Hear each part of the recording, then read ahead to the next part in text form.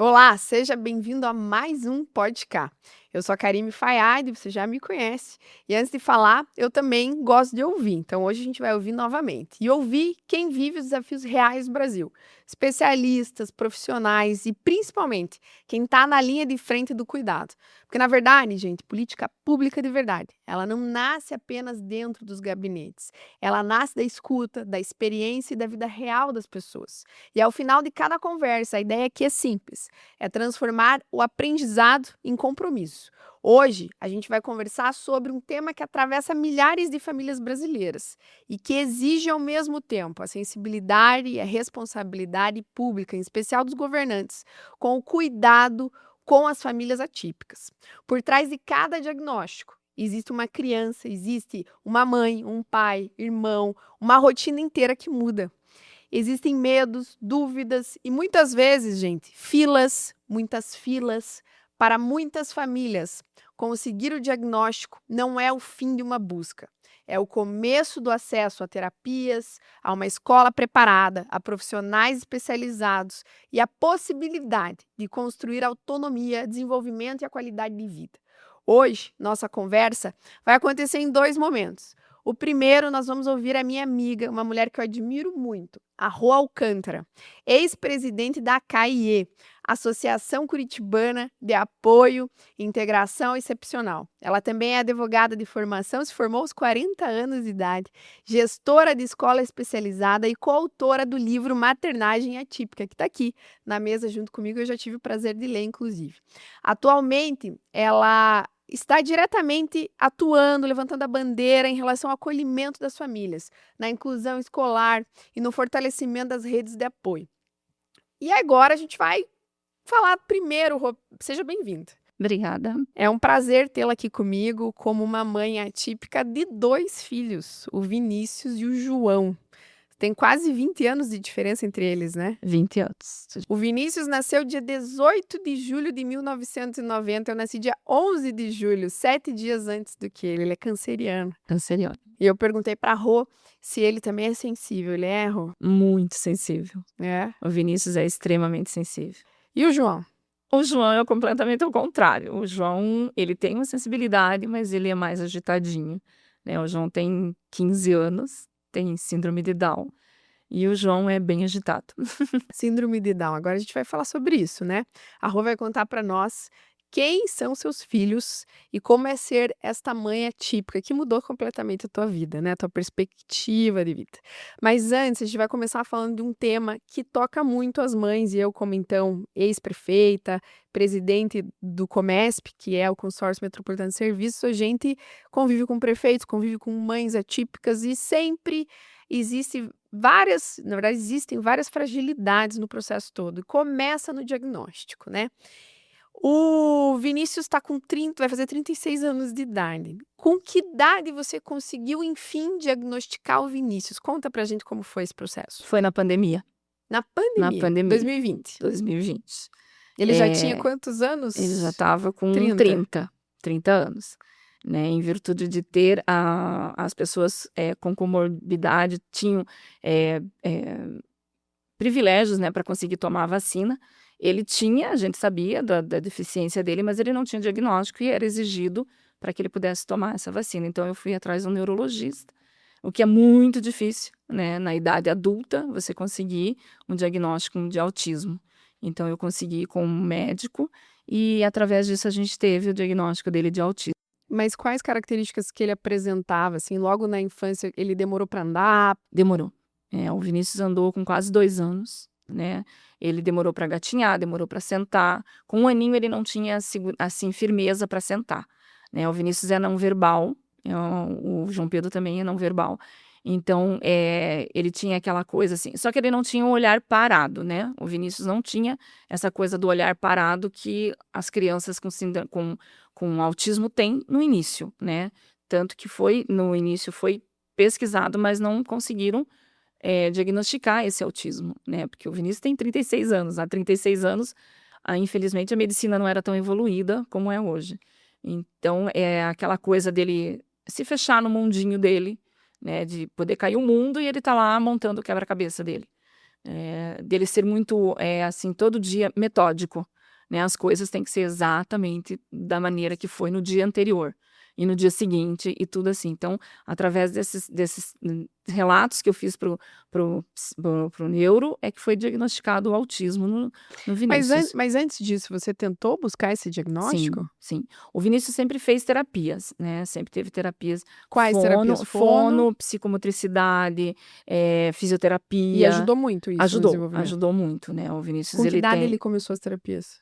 ele começou as terapias com 2 anos e meio, 3, né. Quando ele era menorzinho, a minha mãe era professora, e minha mãe achava que Foi ela que foi identificou, ela que assim? começou a pesquisa, porque ela achou que ele estava demorando demais para falar e para andar. E daí nós fomos em neurologistas na época, e nos foi passado que ele tinha um atraso simples de fala, por um dos neurologistas. Por outro, disse que ele tinha disfasia, né, que ele não ia conseguir falar, né, porque a coordenação motora estava ligado à fala. Aí eu indaguei do médico mas e como é que os surdos mudos conseguem ter tanta, né, porque que é mais coordenação motora do que as Sim. pessoas que usam a Libra, né, para se comunicar. Quando eu consegui marcar uma consulta com uma fono, a fono foi muito bacana, essa fono, e ela foi tirar satisfação com os neuros que disseram que isso era um atraso simples de fala, né, quando não era. Então, o Vinícius eu levei até para o Sara, aquele hospital que tem em Brasília. Ah, é? Fui, Pra tentar para tentar um diagnosticar. diagnóstico com ele.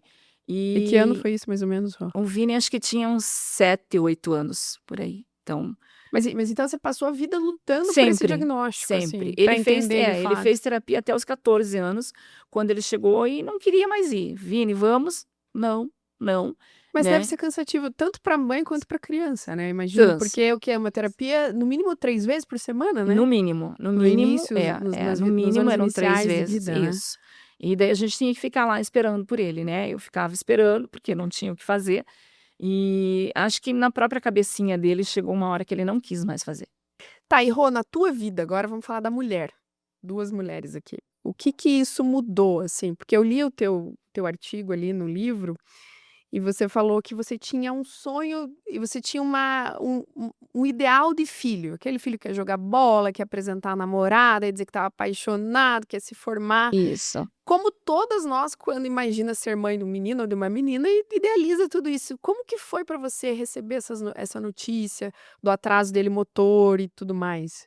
Então, com o Vinícius foi uma coisa que foi acontecendo naturalmente, eu fui aprendendo conforme eu fui descobrindo as dificuldades que ele tinha em se relacionar, em se desenvolver, né, então assim, eu não vou mentir, eu acho que toda mãe atípica gostaria de ter um filho, entre aspas, "normal", né, porque todos os sonhos, como diz você, é igual para todas as Sim, claro. mulheres, né. Aquelas que, optam em ser mães, elas têm o mesmo sonho.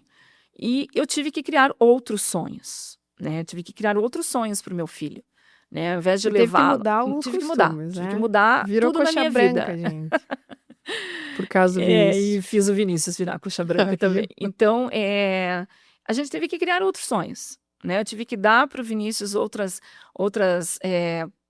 terapias, outros momentos para que ele vivesse e o mundo dele fosse feliz, né, tudo que eu podia fazer para que o Vini se sentisse bem, a gente fazia. E a felicidade dele era a tua? É a tua? É a minha. Quando eles estão bem, a gente está bem, né, então, vamos falar do futebol, eu vou no campo, né, no estádio Você de gosta? futebol, eu gosto, mas tem dias que eu não quero ir, e o Vini quer ir, então eu levo. Eu digo que não basta ser mãe, tem que participar, né. Claro. Então, quando a gente E saía, eu ele levava torce quando ele vai? ele torce muito, muito mesmo. E chama o outro time de bobão, né, o máximo que ele fala é bobão.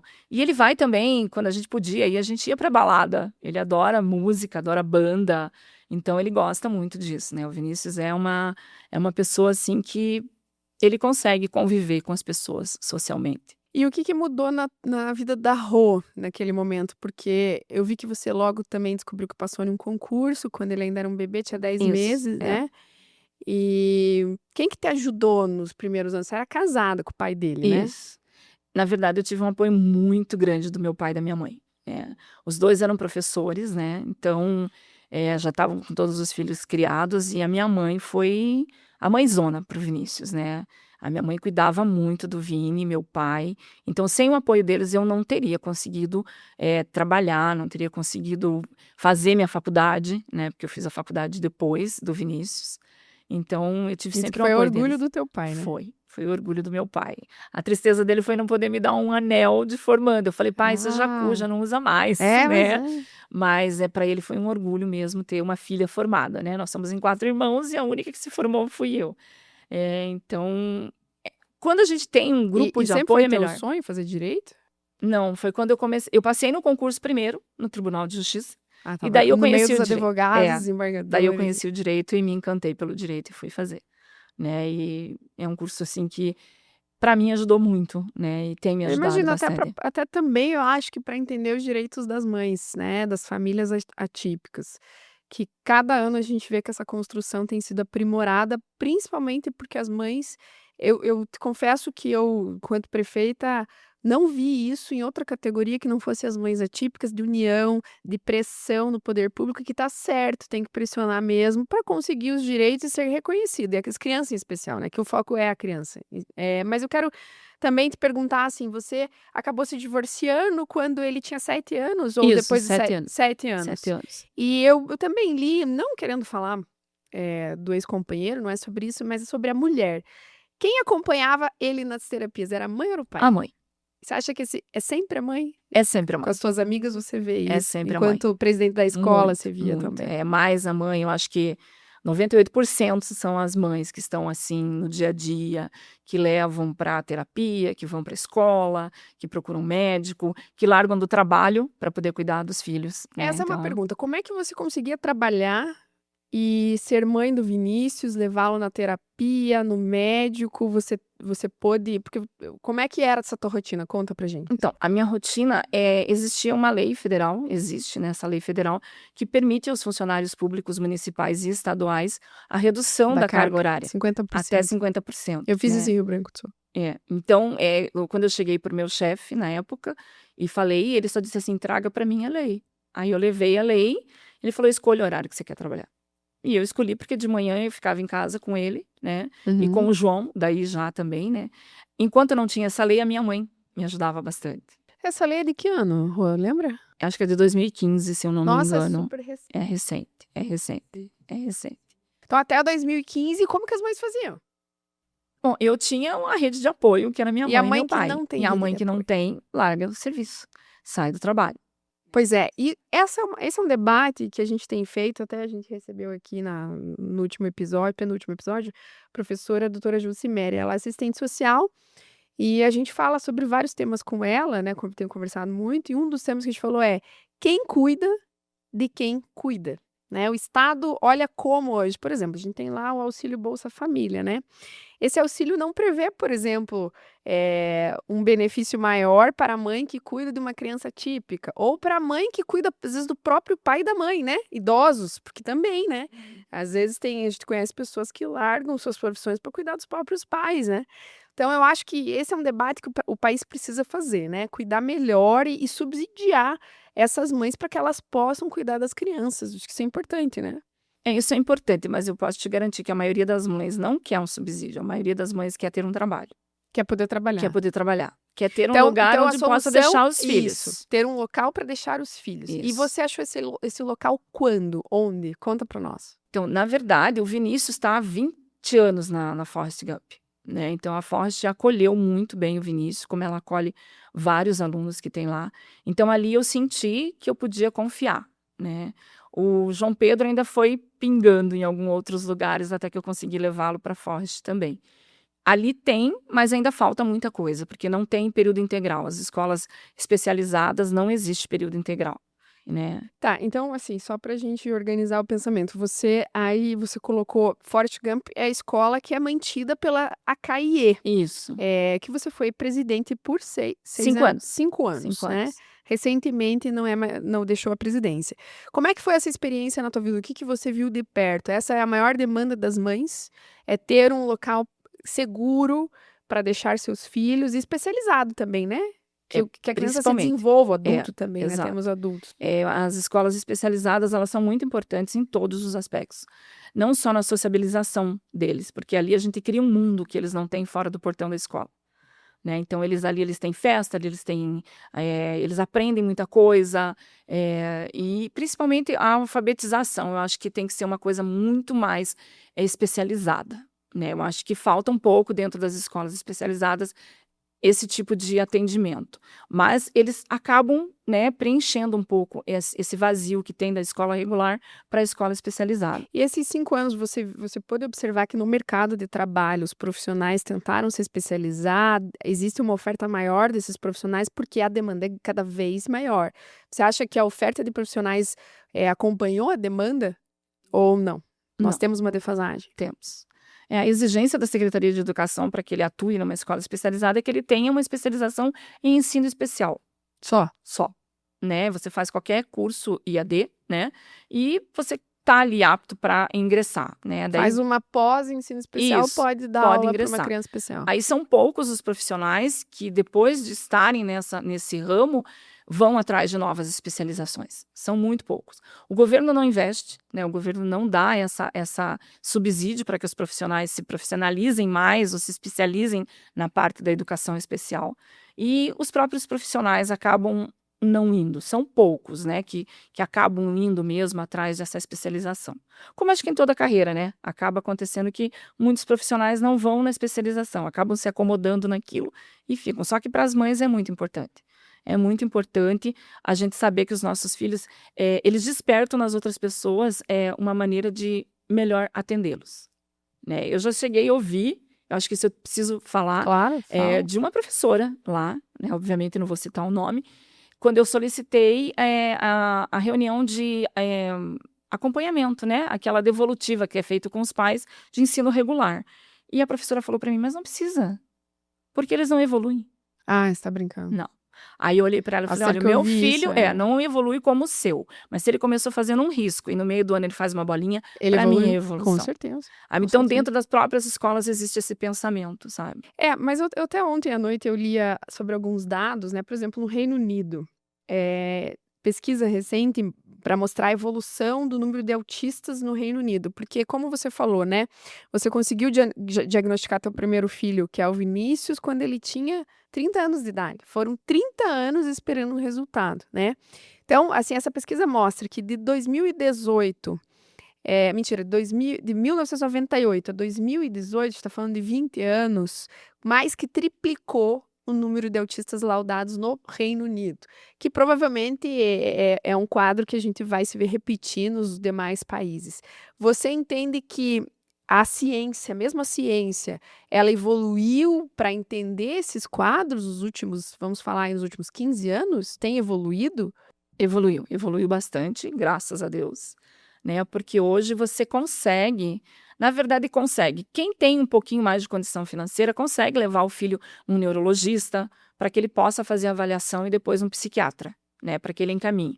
Mas as pessoas sem condições financeiras dependem muito do SUS. E a lista de espera em neurologista está de quase 3 anos. Pois é. Aí é uma questão, eu fui presidente do Consórcio Metropolitano de Serviços, nós tentamos ter acesso a esse dado, sabe, Rô, para entender qual é de fato a demanda por acesso a neuropediatra. O estado do Paraná não tem nem 30 neuropediatras hoje. Então imagina, um estado com 11 milhões de pessoas, com 30 neuropediatras. Então a gente precisa primeiro reformular o nosso entendimento sobre o laudo. A gente, com uma equipe multidisciplinar hoje, a gente consegue, às vezes, laudar melhor do que somente uma consulta com neuropediatra. Eu, enquanto prefeita, logo que eu assumi, nós tínhamos uma fila reprimida de 150 crianças esperando o laudo. Nós fizemos um convênio, inclusive via Comesp, com uma neuropediatra. Se eu não me engano, ela atuava em Colombo. Todas as crianças que iam para o laudo voltavam laudadas. E a nossa equipe multidisciplinar começou a entender que nem todas careciam daquele diagnóstico, que poderia ser uma outra neurodivergência, enfim. E aí a gente começou a adaptar, investimos muito em testes, muito mesmo nos últimos anos. Eu abri um SEMAI-TEA, que é um centro especializado para crianças com autismo. Então, hoje, além de laudar, a gente tem as terapias. E a maior defasagem, como eu estava falando, é justamente a gente entender qual é esse quadro real no estado do Paraná. No Brasil, óbvio, mas a gente está no Paraná. Qual é a demanda e como resolver esse problema? Você concorda que a gente precisa primeiro de transparência nos dados? Com certeza. Isso é muito importante, né? Eu acho que tem que ser criada uma política pública para esse diagnóstico. A criança tem que ir para o estímulo o mais cedo possível, né? Existe uma escola aqui que ela faz a estimulação precoce dos bebês. O João Pedro foi com 3 meses para essa escola. Hoje, eu conversando com as meninas da escola, a lista de espera está em 3 anos também. Você tá brincando. Então, estimulação para uma 3 criança de anos. 3 anos com síndrome de Down, que tem totalmente a hipotonia muito, né, muito forte, ela deixa muito de andar, ela Atrasa. atrasa muito o desenvolvimento. Claro. Então, tem que ter políticas públicas nesse sentido, né? As pessoas com deficiência estão aí na nossa frente, estão aí do nosso lado. E elas não podem simplesmente ser ignoradas. Não, tem que ser incluídas. Essa é a Exatamente. pauta, a E bandeira a principal. inclusão é inclusão em tudo. Em tudo, não só na educação, é na saúde, é na locomoção, é nos direitos dela. E principalmente as mães também, né? E de todos esses direitos que ela tem, qual hoje é o pior de acessar, na tua opinião? É a saúde? É a educação? Qual o pior direito Eu de acho que a acessar? saúde e a educação. É? A saúde e a educação. Né? A educação não tem espaço para todos, né? Infelizmente. Nós temos aqui em Curitiba 25 escolas especializadas. Todas elas têm lista de espera. Estão lotadas. Estão lotadas. Todas elas têm lista de espera, né? E vamos contar que ainda teve alguns entreveros nesse caminho, o ano passado, de associações que entraram com pedido para que fechasse as escolas especiais aqui no Paraná. Pois é. Isso é um absurdo. É absurdo. Né? Porque assim, não dá para você comparar todas as pessoas com deficiência intelectual e jogar tudo no mesmo balde. Não é assim. Cada um é um. Né? Então, a gente sabe que existem pessoas com deficiência intelectual que conseguem fazer uma faculdade, que conseguem namorar, que conseguem trabalhar. Só que tem outras que não conseguem. E você acha que a ideia é incluir todas, ou a gente poder diferenciá-las para promover depois uma inclusão aprimorada? Com certeza. Eu acho que tem que ser feita essa divisão. Né? Tá. Na escola que a gente estava, a gente tem 155 alunos. Eu acho que se tiver um que você conseguisse colocar no ensino regular, seria muito. Você entende que com a tua experiência de 5 anos lá, Não daria? Tanto que nós tivemos casos de pessoas que foram para a escola regular e tiveram que voltar. Né? Porque não estou falando mal das escolas regular. É que não tem a estrutura. A própria escola especializada ainda falta muito. Imagine uma escola regular. Regular. Né? Que não tem. Inclusive, tem que ter tutoria, né? Tem que ter tutoria, Na muitas minha vezes cidade, não é e não é obedecido. suficiente, claro. Não é obedecido. Na minha cidade, nós fizemos, logo que eu assumi, eu trouxe o papel do tutor, que não existia, além do tratamento.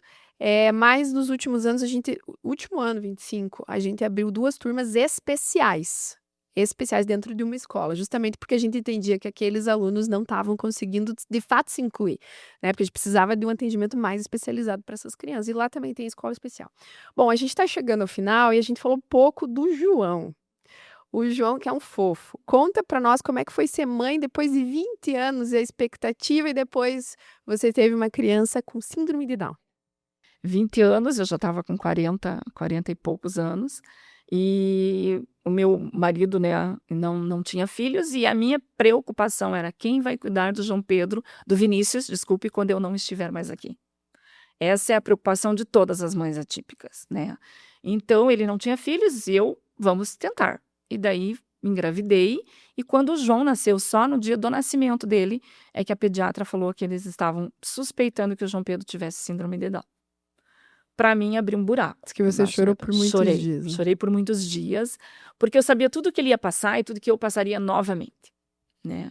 Então, foi bem difícil, porque, mais uma vez, aquele sonho que todas as mães têm, eu tive que deixar numa gaveta. E agora para sempre, né? Porque eu não tinha mais idade para ter outra gravidez. Então, eu tive que criar novos sonhos para o João Pedro de novo. Mas o João Pedro já tinha o diagnóstico do síndrome de Down. Então, eu achei que fosse mais fácil. Porque a gente conhece muitos Down que fala, que se, né? Só que o João não é assim, né? O João, ele é não verbal também, né? Então, são desafios. Eu digo que a mãe atípica nunca tem um dia igual ao outro. Cada dia é um dia pra gente. Foi bem difícil, né? Mas a gente vai se adaptando, né? O que eu preciso, assim, falar para as mães atípicas? Fale. Gente, não percam a esperança. Eu acho que a gente está aqui porque a gente tem uma missão. E a nossa missão é fazer com que o mundo aceite a diferença. Porque todos nós somos diferentes. Não é porque eu não ando direito ou porque eu não falo direito que eu não tenho o mesmo direito que você. Então, ser mãe de 2 meninos atípicos e 2 meninos diferentes, para mim, é um desafio a cada dia, né? E a minha maior preocupação é o que fazer com meus filhos quando eu não estiver isso aqui. Por isso que eu preciso que o governo consiga fazer uma casa das mães atípicas, onde a gente possa ter apoio. Isso é o mais importante. A gente ter certeza de que os nossos filhos estão sendo abraçados por todos, né? Eu acho que é um direito que eles têm, porque a Constituição nos garante isso, né? O artigo 5º diz que todos são iguais perante a lei, Isso mesmo. devendo ser tratados diferentes dentro das suas diferenças. Então, acho que isso é muito importante. Então a gente termina com esse grito. Foi um grito da Rô por apoio, por ajuda do Estado às mães atípicas. Rô, a gente vai terminando aqui. Eu quero te dizer que é um prazer imenso. Prazer é meu. Você disse para nós que o teu maior medo é quem vai cuidar dos teus filhos. Eu imagino que você deva pensar isso quase todos os dias, Exato. tá? E se você tivesse em frente agora do presidente da República, não que o presidente pudesse resolver porque a gente precisa de leis também, mas o que você pediria? Essa casa e o que mais? Eu pediria casa para as mães atípicas e um local onde a gente pudesse saber que os nossos filhos iam ser tratados com dignidade quando a gente não estivesse mais aqui, né? Eu acho que isso é possível. Eu acho que o governo pode tratar eles dentro daquilo que eles precisam, né? A gente não quer um benefício, a gente quer um direito, né? De poder saber que quando eu não estiver mais aqui, meu filho vai estar bem tratado e com respeito, que eu acho que isso que é muito importante. Muito obrigada, Rô. Prazer imenso. E o recado que a gente deixa aqui é governantes mais sensíveis. Por isso que, em especial, eu defendo mulheres na política. Mulher já é mais sensível, mulher, pela natureza, já é mãe, né? E só uma mãe para saber a dor que outra mãe passa, mas em especial, a gente precisa levantar as bandeiras dessas mães para entender a dor delas e levar isso para uma política pública real. Quem escuta vocês, né? Essa é a pergunta. Qual é o governante que está se dando o trabalho e a honra de ouvir as pessoas, as mães, para saber de fato quais são as dores delas? E eu te digo com toda certeza, tem dinheiro nesse país. Só do que a gente arrecada das bets, que está acabando com a vida de muita gente, daria para construir várias escolas para ajudar as crianças atípicas, as mães dessas crianças, eu tenho certeza disso. Muito obrigada. E agora a gente vai para o próximo bloco com outro convidado. Agora a gente retoma o nosso podcast com uma presença extremamente especial. Confesso que eu já estou um pouco envergonhada de estar nessa mesa, porque o professor Dr. Geraldo é um super nome e eu vou conversar com ele. Nós vamos bater um papo. Primeiro a gente ouviu uma mãe de uma criança com deficiência, uma mãe atípica, mãe de 2. Agora a gente vai ouvir o professor Dr. Geraldo Peçanha de Almeida, pedagogo, pesquisador do neurodesenvolvimento e especialista em TEA pela PUC Paraná. Há mais de 30 anos está atuando, né, professor, com educação infantil, inclusão e formando professores, além de ter implantado centros de atendimento para crianças e jovens com transtornos de neurodesenvolvimento em diferentes municípios por todo o nosso país. E agora, professor, primeiro, né, bom dia, boa tarde, não sei que horário a pessoa está nos assistindo, mas que honra tê-lo aqui. Eu queria que primeiro o senhor se apresentasse brevemente. Eu falei um pouquinho, mas o que eu não disse? Por exemplo, eu já sei que o senhor, na pandemia, formou mais de 76 mil professores, né, na sua área e foi reconhecido pelo portal G1 como a experiência mais exitosa do país, é verdade? É verdade. Você perguntou assim, fala um pouco mais de você. Eu sou um homem apaixonado pela vida. E eu procurei nessa minha paixão pela vida não ficar uma pessoa assim muito abobada, né, no sentido mais comum, e ser um apaixonado pela vida com propósito. E isso é muito difícil, Karine, porque toda pessoa, e isso vale para você, nesse lugar onde você ocupa, né, que é aquele que ouve o povo e de alguma maneira encaminha a necessidade do povo, né? Então toda vez que você tem esse cheiro do altruísmo, né, dentro da sua alma, você tende a ser visto como uma pessoa mais besta, mais boba. E às vezes eu estou dando palestra e eu olho as pessoas, eu falo de compaixão, de misericórdia, e às vezes eu olho as pessoas assim, me olhando assim, coitado, como se eu não fosse capaz de entender aquilo que me cerca, né? A gente esteve em Portugal, eu e meu filho Mateus, eu tenho um filho também com deficiências no plural. São 4, né? E eu fui a Portugal com ele, fomos falar sobre autismo em diferentes cidades de Portugal. E num certo momento, eu perguntei se todos os pais tinham filhos com deficiência exatamente como eu. E o Mateus sentado do meu lado e nós ali trabalhando e conversando. E num certo momento eu disse, onde estão os filhos de vocês? E todo mundo olhou do lado como se tivesse esquecido alguma coisa em casa. Até eles me dizerem assim, olha, meu filho está em casa com medicamento para se acalmar, o outro com medicamento para dormir. E aí, no final das contas, dentro do consulado brasileiro em Lisboa, no final das contas, o resumo era, nenhum pai tinha saído de casa naquele dia com o seu filho. Só eu que estava com o meu filho e eu que tinha escolhido, porque E eu por sou que pai. você acha que isso acontece? Porque a gente não inclui, né, o disruptivo, a pessoa com deficiência, ela não tá. A deficiência ela sempre é associada a tristeza e sofrimento. É muito difícil você quebrar essa barreira de que a associação da deficiência com a tristeza é uma escolha de cada pessoa. E a doutora Nise da Silveira, que mudou a história de saúde mental no Brasil, ela dizia, a alegria cura. Então, meu filho, ele vai no estádio de futebol, ele vai no... Quantos anos tem o Mateus? Hoje ele tem 17. 17. Então Que ele time vai... ele torce? Podemos falar em público? Podemos! Meu filho é corintiano. Puxa, não veio Mas em nenhum Curitiba ele é atleticano aqui atleticano. hoje. Ufa!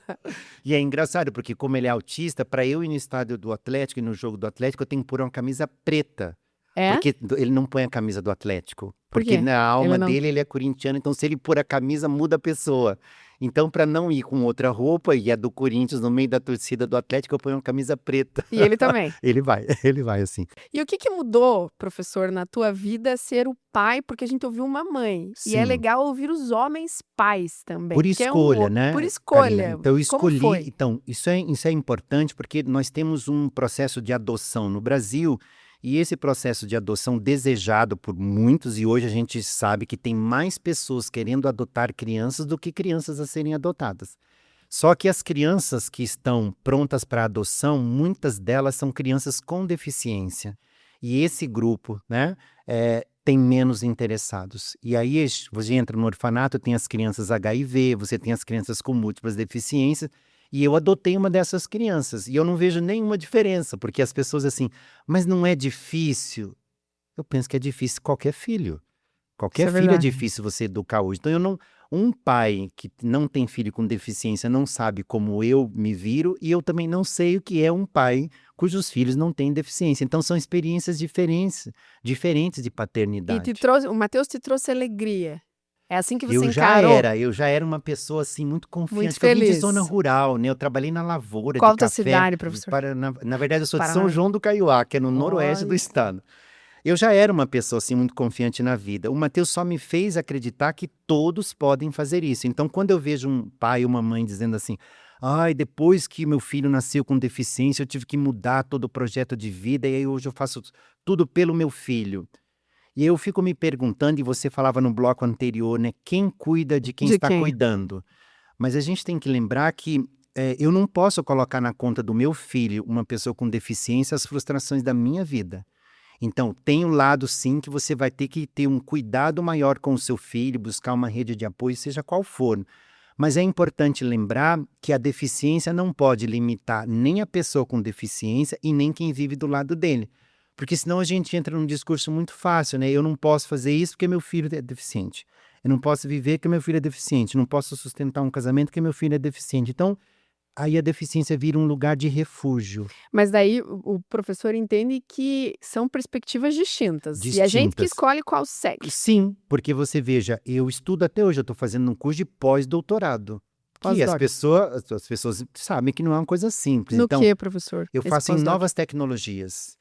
Então, Mas você veja, voltado à criança com voltado à deficiência? formação de professores, por conta dessas minhas experiências. Então, eu não tenho formação na área de tecnologia, sou professor há 34 anos.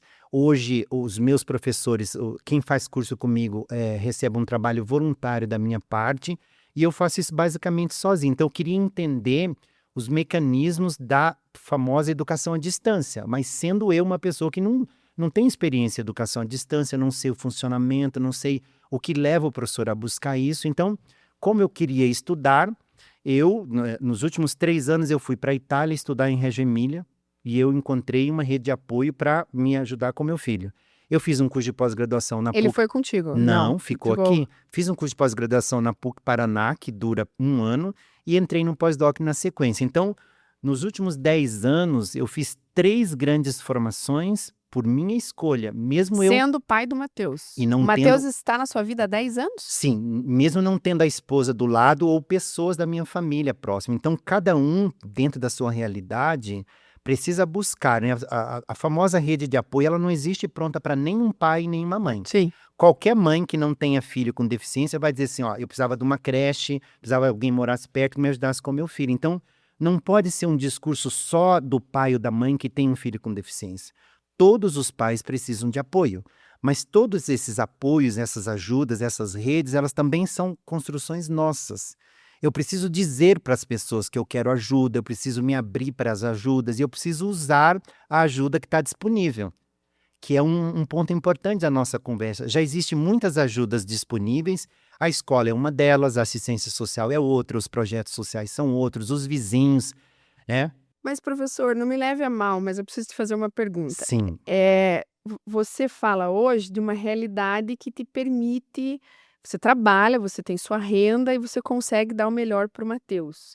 Quando a gente olha para uma classe social de baixa renda, as pessoas em vulnerabilidade, como é ser pai, mãe de uma criança com deficiência e não ter dinheiro para, por exemplo, pagar uma terapia ou uma escola melhor, ou enfim, esportes, como o Matheus faz hoje? Qual é o teu olhar sobre isso? Onde que o Estado pode ajudar? O que está faltando, na verdade? Eu acho que a gente só vai entender isso se a gente olhar para trás na história do Brasil e entender o que o Brasil fez, por exemplo, com HIV/AIDS nos últimos 30 anos. Fato. Então, a gente Zerou agora, né? Zerou, ou seja, nós saímos A de transmissão. 30 ou 40 anos atrás de uma realidade onde quem era contaminado morria, não tinha medicamento, não sabia, etc, etc. E muito Estigmatizado, É. sim. Em 40 anos, o Brasil fez não só uma política interna invejável, como passou a ser uma referência mundial. Hoje, o Brasil sabe, e aí voltamos na conversa do primeiro bloco, o Brasil sabe as idades das pessoas que são soropositivas, sabe o endereço dessas pessoas, sabe aonde elas moram, e dentro do soropositivo você tem o banqueiro, o industrial, o trabalhador da construção civil, a pessoa analfabeta. Estas pessoas foram numa unidade de saúde ou foram num Tiveram hospital acesso. especializado, tiveram acesso ao medicamento, assistiram uma palestra, sabe o funcionamento da doença, sabe que não vão morrer mais, o coquetel está lá no postinho, ou seja... É possível que da classe A à classe D ou F, se elas existissem, todos tenham a mesma condição que a gente tem com o trabalho. Mas Agora, se o Estado quiser, porque se o Estado quiser, quis isso, enfrentar o HIV, né? e além de Montou que- um sistema. e aí você tem o hoje a política de HIV/AIDS ela é tão ajustada e ela é tão perfeita, tão redondinha, que uma pessoa pode escolher, inclusive, nem se contaminar, porque a gente tem PrEP hoje. Sim. Ou seja, então é possível, dentro da política pública, eu garantir a todas as classes sociais essa dignidade que a gente tanto busca. Quando a gente chega dentro da deficiência, ou dentro desse mundo, porque é um mundo, né? A gente pode dizer assim, oficialmente o Brasil tem em média 15 milhões de pessoas com deficiência. Mas a gente imagina que esse número seja em torno de 40 milhões. Porque eu tenho do visual, eu tenho a surdo-cegueira, eu tenho, enfim, múltiplas deficiências. Então, 40 milhões de pessoas, por que é que o Brasil nunca enfrentou essa realidade como enfrentou, por exemplo, a política... A gente está falando de 20%. Nós estamos falando de 20% da população. Então, por que a gente não tem esse enfrentamento? E aí a gente entra num assunto que é, no caso de HIV/AIDS, eu tenho uma lei nacional, e essa lei nacional é um farol único. Todas as políticas, e não importa se os municípios têm aqueles consórcios e aqueles sistemas bipartite, tripartite, tudo isso que existe de política está sempre sobre esse farol universal para nós do Brasil, que é uma política nacional, federal, que encaminha todos esses processos. Então, o agente comunitário de saúde passa lá na comunidade, o médico, enfim, é muito redondo o funcionamento. No caso da deficiência, embora tenhamos um grupo deste tamanho, nós temos leis municipais, leis Um estaduais. arcabouço São enorme. camadas, Karime, são camadas de lei que todas elas dizem a mesma coisa. Então, se você pegar as leis municipais, vão dizer as mães precisam de creche, o filho que está na escola precisa de apoio, de profissional de apoio, a lei estadual, Tá, no caso mas do Paraná. professor, o senhor não acha que isso parte um pouco de a gente ter hoje muitos políticos despreparados e populistas que, quando sofrem pressão, querem apresentar um resultado qualquer que seja, como a elaboração de qualquer lei, sem pensar? Eu vou dizer uma coisa que talvez eu desagrade alguns, mas me assustou recentemente o Congresso Nacional aprovar aposentadoria especial para os agentes comunitários de saúde. Não que não mereça, não é isso, mas tanto os pisos que são votados, então vamos votar um piso de uma categoria tal, piso da outra, e piso, a conta chega no município.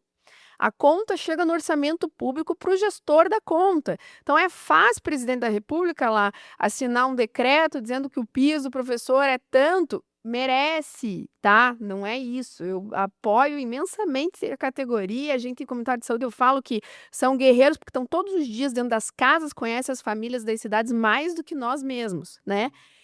Porém, o que eu quero entender é: será que a gente não está faltando debater os problemas do Brasil com mais técnica?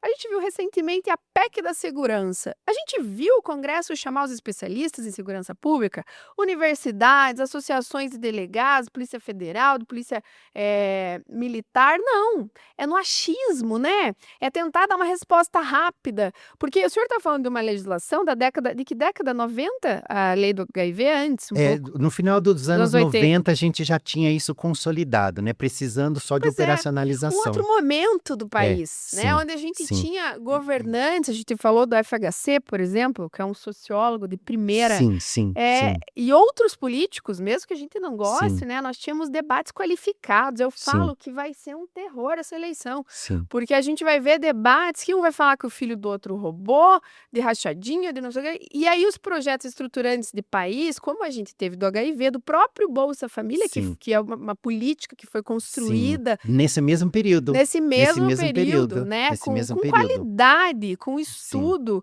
A gente não vai ter isso. Olha, Então, e o que você está falando, eu aplaudi, porque realmente merece um aplauso. Eu, na internet, outro dia, vi lá, Prefeitura do município X vai inaugurar a cidade do autismo. Aí eu vi o tamanho do investimento, eu liguei, de verdade, eu telefonei e falei com a assessora, disse assim, é possível a gente chegar até o chefe do município? Ela disse, mas qual seria o assunto? Eu disse, eu queria conversar um pouco sobre isso.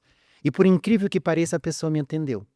E eu disse assim, mas, prefeito, pensa no seguinte, se o senhor fosse fazer um parque para pessoa gay na cidade, então, o município de Nossa Senhora Aparecida, um exemplo, é o primeiro município brasileiro a inaugurar um parque só para pessoas gays.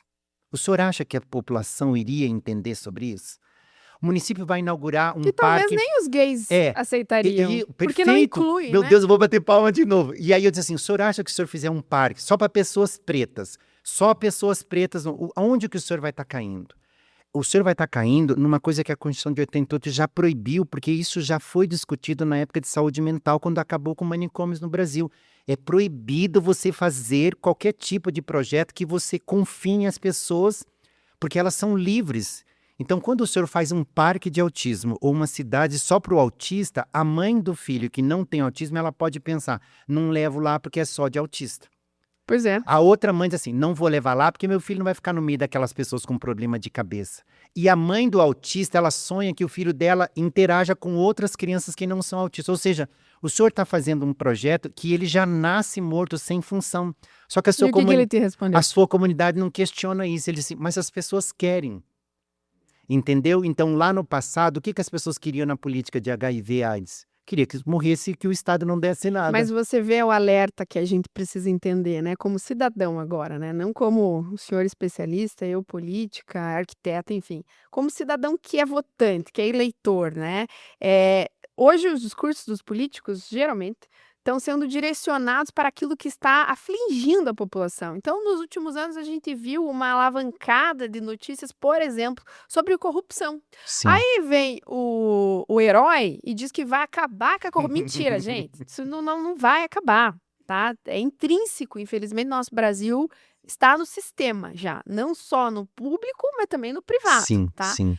E aí eu te digo, a gente vai gravar um vídeo daqui a pouco sobre isso, sobre o mau gasto do recurso público, a ineficiência no gasto, na aplicação, E no aí se investe um planejamento. monte no marketing, e aí isso esparrama pelo Brasil inteiro. Daí os Isso. comentários, Karime, que me chamaram a atenção, que assim, ó, a pessoa escreve assim, eu sou do município de Santa Bárbara, um exemplo. Eu queria que o meu prefeito aqui fizesse isso. Então, um prefeito faz um projeto como esse, sem observar o que é aquilo, e todas as outras pessoas começam a ter isso como referência, para cobrar lá do seu presidente da Câmara, do seu vereador, que vai dizer, não posso fazer uma cidade do autismo, mas vou fazer uma praça. E é esse o tipo de ideia que entra como política pública. E aí eu pergunto, em 10 anos a praça de autismo vai atender as necessidades do autista, que era criança que brincava na praça, agora ele é um adolescente que precisa trabalhar, a praça continua servindo para ele. Então, o político, quando ele não ouve, o que você está fazendo aqui é louvável, porque o político, quando ele não ouve O especialista. o especialista, a ciência, A os técnica. dados que são levantados, ele não só contraria princípios legais constitucionais que já estão estabelecidos, e eu expliquei isso para o prefeito, eu disse, o senhor não pode fazer isso, porque a Constituição proíbe, nós temos leis desde da época do sistema manicomial que proíbe esse tipo de ação. Mas, ao mesmo tempo, ele tem uma dívida para com os seus eleitores que ele conseguiu dentro desse processo de cegueira. Porque a pessoa tinha que pensar assim, ó, e é uma cobrança que eu estou fazendo aqui para você, mas para todos que estão nos assistindo. Eu estou dizendo assim, ó, você que briga para o teu filho ter terapia, briga para o teu filho ter o médico e briga para o seu filho ter a consulta. Eu vou aplaudir você de pé. Mas isso é só o começo. Porque o autista criança, ele se torna Um adulto adolescente. precisa trabalhar. Ele não vai aceitar mais o brinquedo colorido de encaixe e ele precisa de um centro de tecnologia. Você está brigando por um centro de tecnologia?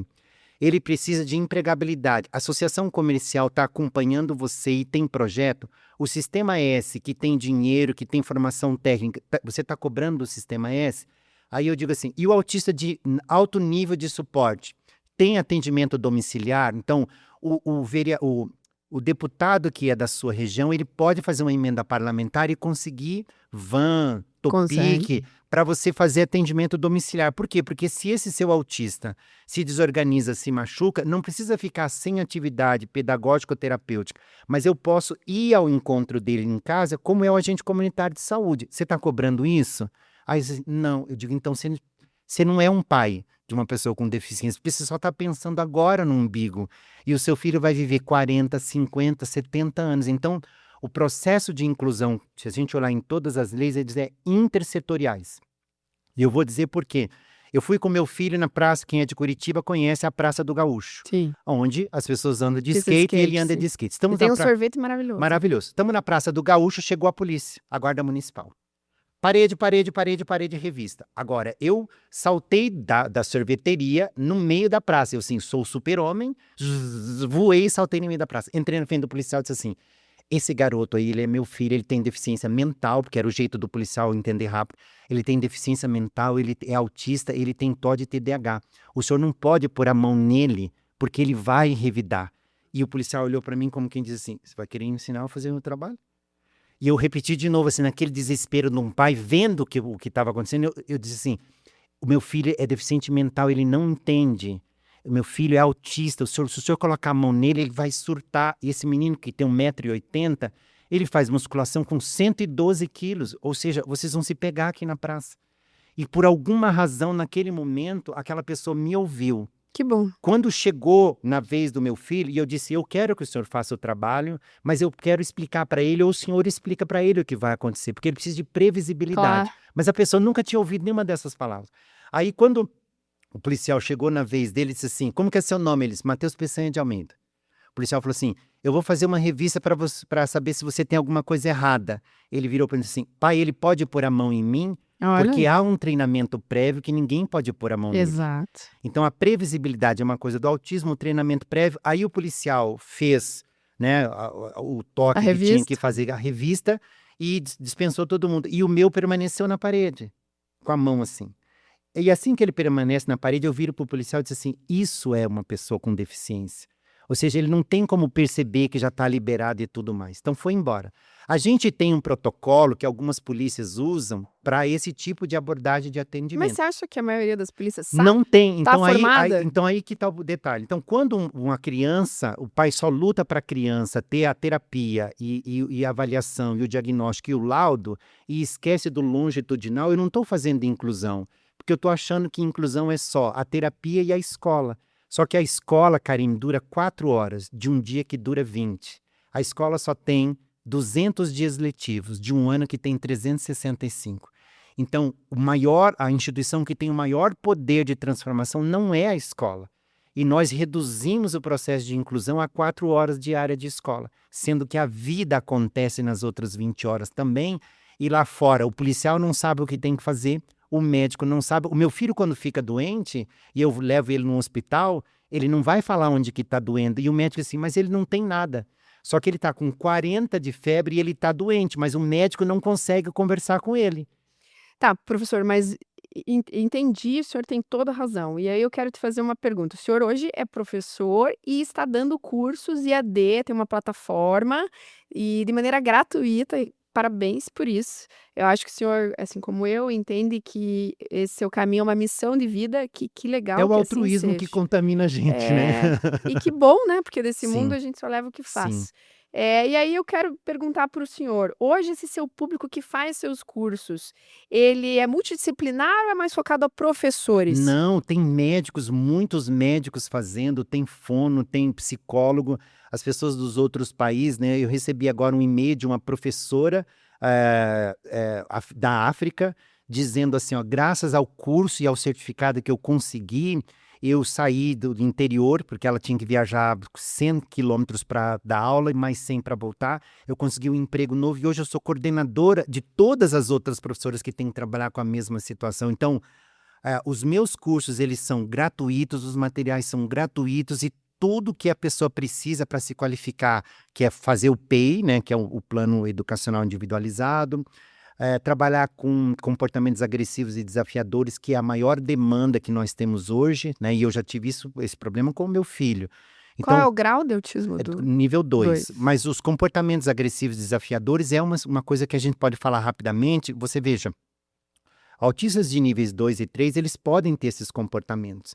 Só que, por exemplo, meu filho, quando começou a quebrar um escritório com uma cadeira, ele pegou uma cadeira dessa daqui, desorganizado, e foi para o vidro blindex. Eu chamo quem nessa hora? Então eu chamo o SAMU, os profissionais assim, eu não posso fazer nada. Aí para o SAMU na porta da minha casa. Aí o SAMU diz assim, eu vou chamar o corpo de bombeiros. Aí o corpo de bombeiro vem e diz assim, não, mas eu preciso da polícia. Então, em meia hora eu tinha uma viatura da polícia, um carro do SAMU e um carro do Corpo de Bombeiros. E nenhum dos três sabia como fazer o salvamento. Couto Pereira, em Curitiba. Fomos no show do Coldplay e meu filho caiu no Eu fosso estava. do Couto Pereira. Caiu no fosso do Couto Pereira. Quando ele cai no fosso, vem o salvamento imediato. Só que o médico de urgência e emergência pega uma lanterna, coloca no olho do meu filho com 40 mil pessoas assim, onde você está? O que você está fazendo aqui? Qual é o seu nome? E eu digo para o médico, meu filho é deficiente mental, ele é autista, ele não vai conseguir agora, nesse momento, responder essas perguntas. E ele diz para mim, não, nesse estado de não lucidez, ele não pode ficar aqui. Eu dizendo, senhor, só um momento, o meu filho é isso, isso, isso, isso. Resumindo a ópera, eles pegaram meu filho e levaram embora porque ele não podia falar. E não podendo falar, o médico entende que perdeu o estado de consciência e, na verdade, era só porque ele era autista e deficiente intelectual. Ele não consegue dizer naquele momento que a pessoa está perguntando com uma lanterna ainda no rosto. Então, você veja, não adianta eu trabalhar para incluir meu filho na escola que dura 4 horas, se eu não pensar que ele vai sair da escola e o shopping não sabe atender ele, a polícia não sabe atender, o E médico não também não sabe. adianta a gente ter tantas leis no Brasil se a gente não preparar a sociedade para a inclusão, Que é o que a gente tem hoje. Nós temos 3 esferas, 3 camadas de leis que dizem exatamente as mesmas coisas e nenhum das 3 instâncias se responsabiliza pela execução. E me dê licença para falar uma coisa que eu acho patético na política, são as pessoas que levantam algumas bandeiras só para ganhar a eleição. E infelizmente tem Estamos gente cheios. que levanta, por exemplo, a bandeira do autismo, não que não seja interessante, porque em algum momento pode vir a ser útil, mas para ganhar a eleição, ou, por exemplo, saúde animal, né? O que eu vejo de delegado e vai prender o agressor do animal e salva o animal. Já vi delegado se eleger nas últimas eleições, fazer 1.800 votos na minha cidade, nunca aparecer para mandar uma emenda para castração, por exemplo, para vacinação dos animais. Então a gente tem que cuidar muito, pessoal, com esses discursos e entender assim quem está próximo da realidade, mas em especial que conheceu a realidade e que escuta, tem que escutar quem entende, quem estuda, quem se formou naquele assunto, né? E E a gente aí está quebrando a cabeça, né? tá Porque muitas quebrando. vezes, né, quando alguém me pede um projeto, eu faço muito projeto para os municípios, né? Bombinhas aqui do lado, Santa Catarina, tem vários municípios que eu trabalho. Então, quando alguém me pede um projeto de inclusão que envolve os professores, equipes multiprofissionais, eu sempre vejo assim, qual é o potencial desse município. Porque no caso de Bombinhas, a gente está numa região de praia. Então, a gente tem ali área verde, a gente tem passeio de bicicleta, a gente tem uma série de situações que é possível ali para jovens e adolescentes que eu não tenho, por exemplo, numa cidade do interior do Paraná. Mas lá tem outros potenciais. Então, os projetos para dar conta dessas performances inclusivas, eles precisam levar em consideração também a viabilidade que aquele local tem. Econômica É também, econômica, né? porque às vezes eu tenho ali plantação de fumo e mais nada. Às vezes eu tenho lavouras brancas, né, de soja, de trigo, e não tem outra. Às vezes eu tenho cimento, Esse muito cimento, cimento. cimento. Então, assim, é com aquilo que eu tenho que fazer o projeto. Só que ali eu posso ter empregabilidade, ali eu posso ter dignidade, Eu ali eu até posso quero ter todas aqui as condições. parabenizar, né, publicamente a empresa Votorantim Cimentos, não é um puxa-saquismo, eu sou uma pessoa honesta e justa, Sim. mas a empresa é a maior cimenteira da América Latina e eles têm uma política muito legal de inclusão, tanto de gênero quanto de pessoas com deficiência, eles respeitam isso. E eu não sei se o senhor sabe, a gente estava falando aqui, a gente já chega na reta final, mas antes de iniciar o podcast e a gravação, nós batíamos um papo muito interessante, o senhor bateu muito na tecla da questão de aperfeiçoamento dessa mão de obra, que pessoas com deficiência podem, precisam trabalhar, isso também é inclusão, e como a gente forma essa mão de obra, né? Mas antes, existe lei recente no Brasil, lei federal, que as empresas que disputam licitação têm que ter, acho que 3%, se eu não me engano, de mão de obra Muda com de um estado para outro deficiência. também. Sim. O senhor aprova, acho interessante isso. Sim, porque as ações afirmativas, elas têm que começar meio que empurrando a porta, né? Como a gente diz assim no senso comum. Ou seja, se eu for esperar sempre sentar na mesa de negociação, nem todo mundo está disposto a negociar por conta do que você acabou de falar, né? Dos votos. Então, muitas vezes, essas políticas têm que chegar e dizer assim, ó, é assim que você tem que fazer. Nós estivemos em Portugal conhecendo a maior experiência inclusiva do mundo, chama-se Café Joé, e é uma experiência que nasceu na França, e hoje ela está em vários países do mundo. Tem Nova York, mas Portugal eu acho que é a experiência mais interessante. Chama Café Joé, 100% dos funcionários são pessoas com Olha deficiência. só. Só que você imagina você entrar num restaurante que 45 pessoas que estão trabalhando são pessoas com O deficiência. professor foi? Eu fui. E aí? E eu tenho muitos vídeos, eu fui na cozinha, saber tudo como que funciona. E é uma coisa extraordinária, porque mesmo que você nunca tenha pisado numa empresa como essa, quando você chega lá, alguma coisa te informa que todo mundo ali tem deficiência. E aí, só para contar uma coisa interessante, a moça, quando eu fui fazer o pedido, eu já fui com tudo certo daqui, eu fui para fazer uma visita técnica, conhecer os bastidores e tudo mais. Mas eu cheguei antes do diretor dessa empresa, então eu fui um cliente primeiro, antes de conhecer atrás dos Sim. bastidores. Mas assim que eu fiz o pedido, alguém pegou assim, ó, imagine que isso aqui é um quebra-cabeça, alguém pegou a parte azul do quebra-cabeça e colocou na minha mão. Disse assim, ó, o senhor leva essa parte azul e coloque lá na sua mesa. A pessoa já era deficiente, quem me atendeu. Paguei ali com os euros, me deu o troco, e eu peguei um pedaço do quebra-cabeça azul e levei para minha mesa. Fiquei ali sentadinho, com escadas, esse restaurante com escadas. Só que depois de uns 20 minutos eu vi uma pessoa com uma bandeja descendo a escada bem devagarzinho. Quando essa pessoa terminou a escada, ela tinha um pedaço do quebra-cabeça azul que combinava com o meu. Ele foi andando por todas as mesas na parte de baixo do salão. Quando ele olhou na minha parte do quebra-cabeça azul e a parte se encaixava com a dele, Ele entendeu, é aqui que eu deixo o pedido. Ele só colocou a bandeja e foi Olha embora. só. Então você veja, são 45 funcionários que fazem 3.000 almoços Em por dia Portugal. em Portugal. Mas o Café Jouet também está em Paris, na França, de maneira Café geral. Jouet. Se É, escreve Jouet. como Jouet. Francês, Jouet. De felicidade? J, eu sou péssimo em francês, mas quem me acompanha tem lá no meu Instagram um link que vai direto para esse café. Esses portugueses que estão nessa experiência extraordinária em Portugal, eles têm um diferencial em relação a todos os outros cafés, porque eles fazem instituições 100% de pessoas com deficiência. Então, eles têm o métier, eles têm o conhecimento, eles têm. Mas onde que eu quero chegar? Políticos brasileiros vão até lá fazer visitas técnicas. Recebendo as suas diárias, recebendo tudo, tiram foto, fazem tudo no Café Jouet. E voltam para o Brasil e esquecem que tiveram com dinheiro público no Café Jouet. Tá cheio de políticos que já foram lá. E trabalham 3 vezes por semana. Essa que é a realidade. Então, a gente chega ao final e a gente, na verdade, o episódio de hoje, professor, era sobre autismo. Querendo ou não, indiretamente a gente atinge, porque quando a gente fala de pessoas com deficiências, tem várias modalidades. Que é a definição legal, né? Jurídica do Brasil, é a pessoa com deficiência. E aqui, olha só, essa mente brilhante me honrou com esse livro, Para Além do Autismo. E lindo, inclusive, irei ler, pode ter certeza. É um guia prático para pais e educadores desenvolverem o cuidado. O que tem de diferente nesse livro, para a gente terminar? Eu vou ensinar você como viver com um filho, ou com uma esposa, ou com um marido que está dentro do transtorno do espectro do autismo. Sem rodeios, sem rodeios. Eu vi que tem até tabelinha, formulário para você preencher, para fazer organização de rotina. Olha só, em comparação com os demais da mesma idade, meu filho consegue terminar as tarefas em tempo, aí você tem 4 possibilidades de marcar: menos, igual, mais ou não sei. Então, tem muitas questões aqui para você depois ter uma interpretação. Que é um pouco do que eu aprendi pelo mundo inteiro, trabalhando e ouvindo, né, pais e profissionais.